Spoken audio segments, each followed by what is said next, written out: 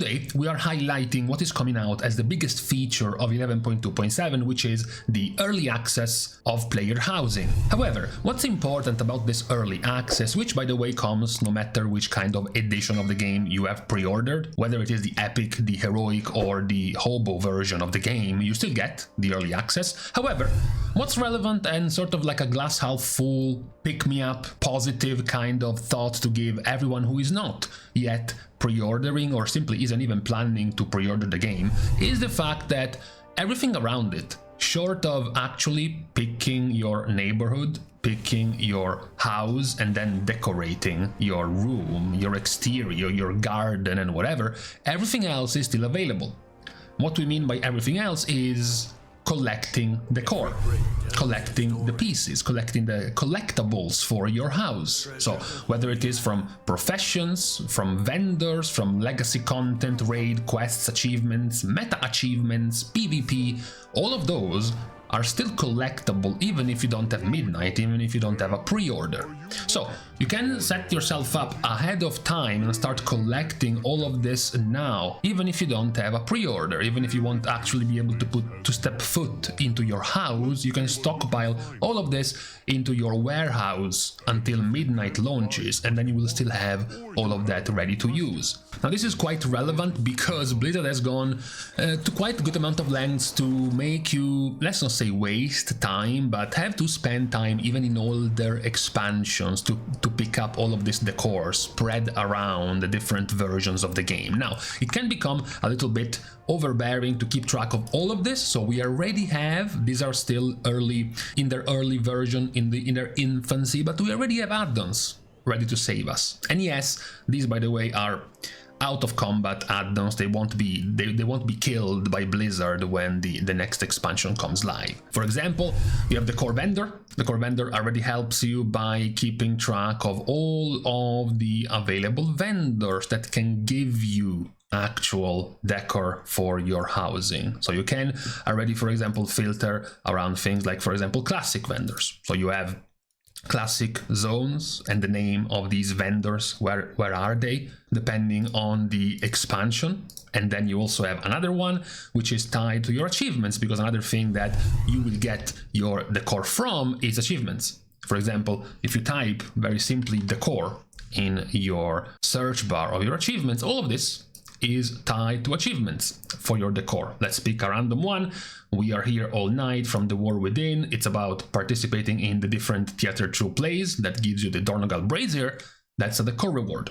So it's a bit annoying, right, having to do this to keep track of your earned, unearned, halfway completed kind of achievements for your decor. So by very simply going to /DA, you have your decor achievements, which keeps track of all of the achievements you haven't completed yet. So if you have them fully completed, it won't show up, but the ones that are still on the way, you get to see them. What is even a better QoL is that you can automatically open and center the achievements on the one you click on from your achievement tab to see what exactly are we talking about here that you still need to do, for example, halfway through, part completed, and you get to pick them up from this add-on. Meaning that you have to get ready to go and kill 5 flag carriers in a single Eye of the Storm battle to get Stormtrooper and to get your Netherstorm battlefield flag. So that's a lot of stuff, especially, for example, people who load the PvP, for example. Well, you have to start doing some of this if you want. You have to start working towards, for example, meta achievements that you haven't worked towards, lore working. If you have always ignored completely lore walking because it's some boring slog you didn't want to do, well, now you need it if you want all of the decors available, for example. Now, to know this, we also do have the help of the currently virtual online WoWHead page, the decor page. What is useful about this decor page is that you do have, as we mentioned, a lot of old school vendors, but the thing is, many of these old school vendors will require you to actually have earned and have available different resources, different currencies for you to buy these housing decors. For example, if you want the Ventir Tome of Unforgiven Sins from Chachi the Artist in Sinful, you need to have 1500 Reservoir Anima. to buy this. And then if you want to have the Studio Structures tomes, you need to have completed or taken part of the Archivist minigame that you had in Dragonflight. Don't forget the Undercity Spike chest in Desire Lore. Unfortunately, you need to do, I'm gonna say the word, trigger warning, you need to do Ion Expeditions if you want to buy this chest. Same goes for the Dragon Hoarders chest, which is a double step reward if you want this cool looking chest. First, you need to open 10 different forbidden hoards in the Forbidden Reach. Once you have unlocked this, you can go to the vendor, and then you have to spend 1500 elemental overflow if you want to buy this. Now, another thing worth mentioning if you wanted to stockpile, let's just imagine you're playing as a Draktyr, role-playing as a dragon who wants to stockpile a treasure. So he wants to buy 15 of these caches to completely cover his room with these. You need to buy these 15 times. So you need some 22,500, I think, of this elemental overflow if you want to buy this 15 times. These items right now are not buy and forget, are not buy one, unlock them like in your transmog appearances and use them whenever you want. You have to buy them, you have to repeat buy, depending on how many times you want to fill your house with these items. So this site is pretty good because it allows you to check, okay, you know, the random one-off things like a Pexis crystal, for example. Well, these look trash, I'm never gonna buy them, but maybe this large Karabor fountain doesn't look too bad. And you need to do the defense of Karabor from Exarch Akama in Shadowmoon Valley. And then once you unlock this, you have to spend, luckily, only gold. So this one is not too big of a deal. But what about another banned word, for example? Something like Stygia, right? We have to say the word. The Portal to Damnation. You have to get the meta achievement back from beyond, but still, even after you have to get this mega achievement, you still don't get this for free. You have to spend 10,000 Stygia to get this from Venari. The other thing this is cool for isn't just the currency you will need for buying these items, these collectibles, it's also the rep, right? Because you're like, hold on a second, I have to actually go and deal with the Tranquillian rep. What even is the Tranquillian rep? Well, turns out if you want the Cindoraze Crafter Forge, you need 5,000 gold for starters. But on top of that, if you look at the vendor that sells this, you will also require Exalted with the Tranquillian and 5,000 gold to be able to buy this forge. So you can already use this site, for example, to start looking at the things you might want and then check out the rep you need for these things, the currency you need for these things to start working up for these items. Now, the simplest way to check for the vendors, after we looked at the simplest way to check for the achievements, is again to go on WoWHead is the simplest way and simply search for Decor and then look at the NPCs, and then you will find the list of Decor specialists or Decor vendors spread around the different zones that will sell things. It won't be as easy, of course, as dropping by them and simply buying everything in them because they will cost a bunch of different things. Many of them will require achievements, will require quests, right? They will have essentially prerequisites for you to buy the decor available from them. So it won't be as easy as simply going around the world on a shopping list and buying everything. It will take you much longer than that. Whether it is having to do a bunch of PvP battlegrounds for achievements or completing chain quests to even be able to unlock the decor, and then even if you unlock the chain quest, sometimes you have to farm for Apexis crystals, or you have to farm for elemental overflow or Stygia, etc, etc. This system, of course, will work the same if you want to get ahead and check, for example, the source type being, for example, a drop. It's one thing to get a vendor and one thing to get reps from older expansion, but for example, I wonder where the Horde Warlord's Throne is going to come from. Who could have guessed it? It comes from Garrosh Hellscream in Siege of Orgrimmar, obviously. So again, you can use this to check out these drops, obviously. You know, they are pretty on the nose. Where are they gonna come from? Like the Tide Sage Fireplace, or perhaps the Magistrix Garden Fountain. Yes, this one will come from the last boss of Shrine of the Storm. This one will come from Aluriel in the Nighthold. So you have also this one to check out, essentially which dungeons, which raids to go and look for because of these rewards.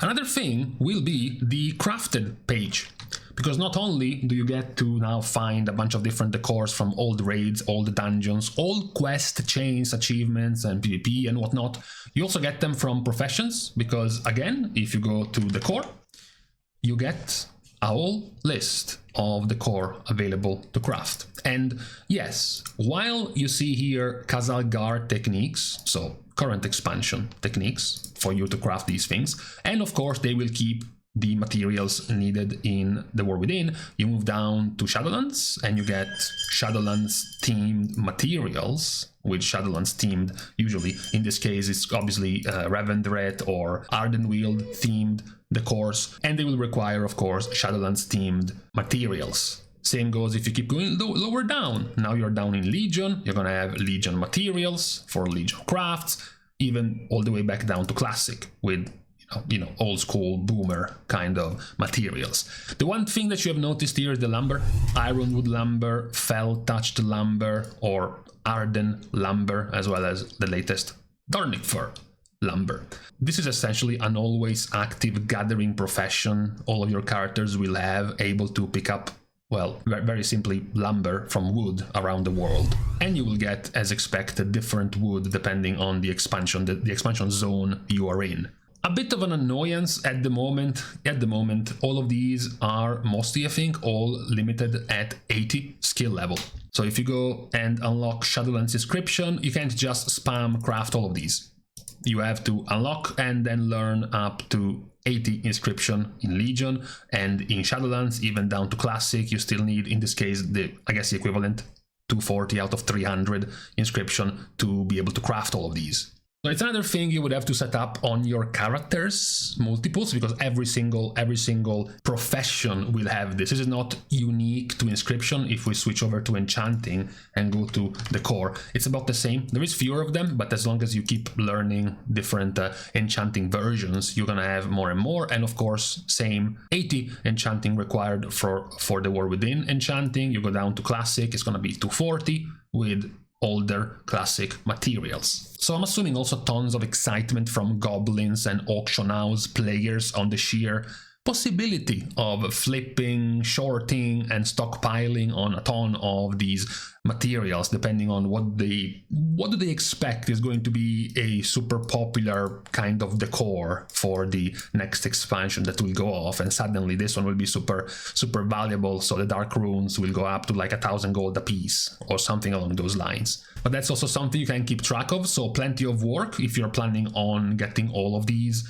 It would require you to, well, get some, 6 different characters, learn every possible level of all of the different professions, get them all to rank 80 in skill, and then start crafting a bunch of stuff. It's still valuable to even just craft them once, because you still get the XP, the house XP, for your, reputation track for housing. So that's also something you can prepare doing before the expansion is even out, and before you even have pre-ordered the expansion and actually have access to your house. You can still get these to work. The last bit, and yes, this one is limited to inscription and alchemy, is the dye. For some reason they kept the dye system limited to alchemy and to inscription, and very simply, depending, this time they didn't go by expansion, they went by color. So black dye, they use some, black kind of colored leaves, and then if you go for yellow dye, you have some yellowish leaves, and then you have the red dyes with the red leaves or something along those lines, and you get to mill them. You get to mill them to get the pigments that you can use to then change the different colors of your housing materials. This is likely still not going to be too profitable, since it's still limited by you just milling herbs, so there shouldn't be too much of a possible earnings on this. All of this will still be purchasable on the auction house, so it's not that only inscription users, for example, or alchemy users are able to recolor their stuff. Everyone will be able to, but just so you know, it is limited to alchemy and to inscription. Was worth pointing out, all of these things you can start working on already right now. Whether or not you have a pre-order, whether or not you will already be able to start working on your house in about, what, 3 days, 4 days in 11.2.7, pretty much everything we just mentioned right now is doable regardless on whether or not you have a pre-order. And it's a very large list of to-do things before the expansion comes. Obviously, depending on how much you care about your housing and your house, there is a whole list of old factions to level up to Exalted, a bunch of chain quests, the entirety of the class hall quests you can do in Legion, all of the different side quests in different expansions, different raids to farm every week for the Housing Decor to drop, perhaps even PvP to do, or old outdated mini games, whether it was Island Expeditions or things like Wither Training Scenario, or perhaps things like actual scenarios to do.